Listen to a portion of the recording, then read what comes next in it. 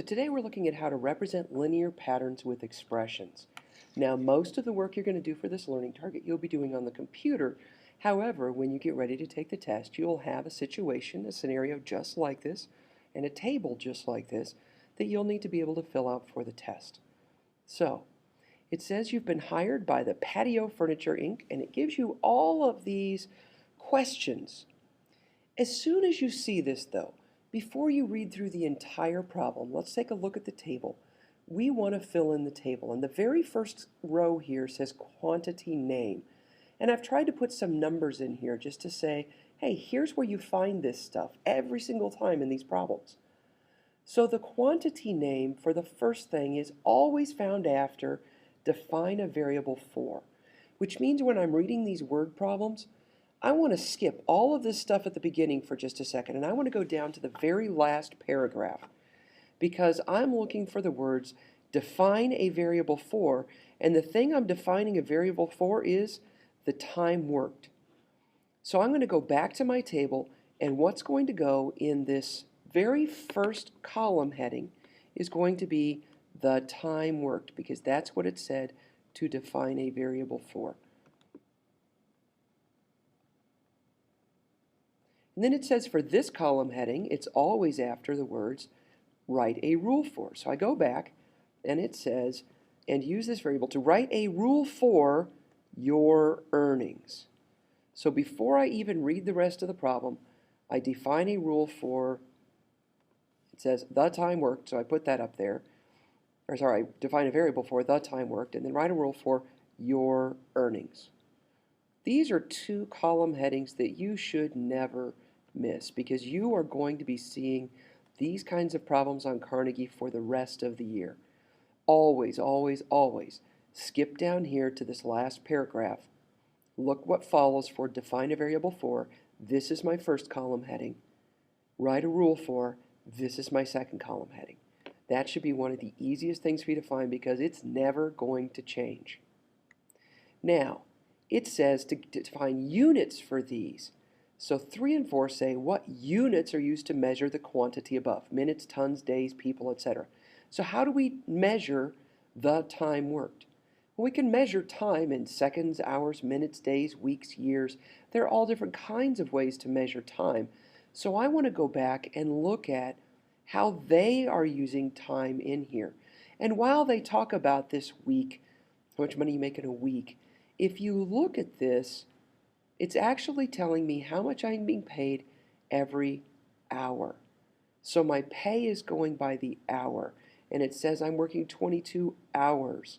And so what I'm going to use for my unit here is hours. And how do I measure my earnings? Well, I don't measure earnings in time, I measure earnings in money, and in this country we use the dollar. So I can either put the dollar sign or I can write out the word dollar.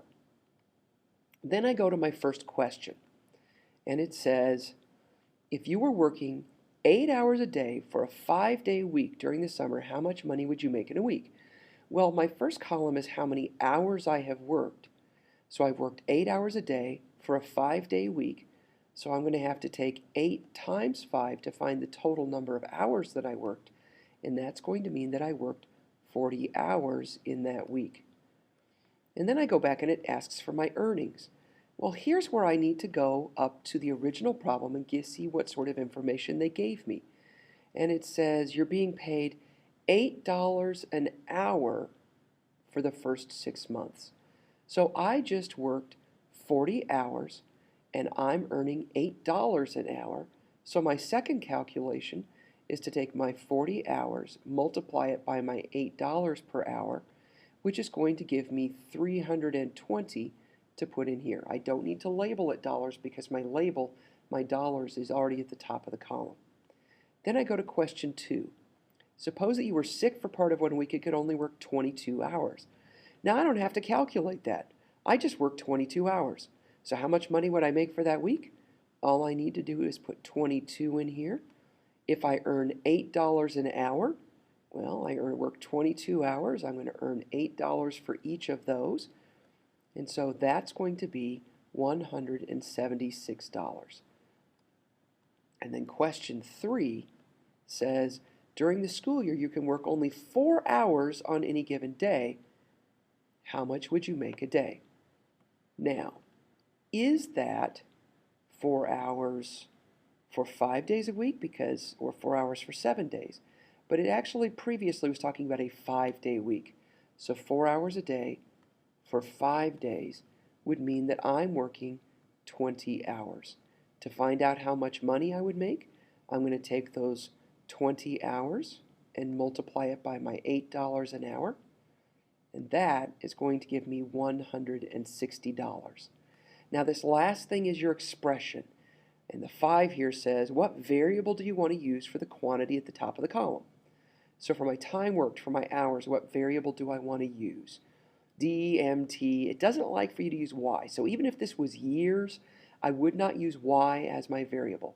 It doesn't like Y for a variable in this first column because if we're going to graph this, which we will in the next section, this column really is like our X on our graph, and this column is our Y. So it doesn't like to see Y in this first column. So you could use anything you want to for your variable. I usually use, if it's hours, I use H, something like that. But you could use X in this column every time.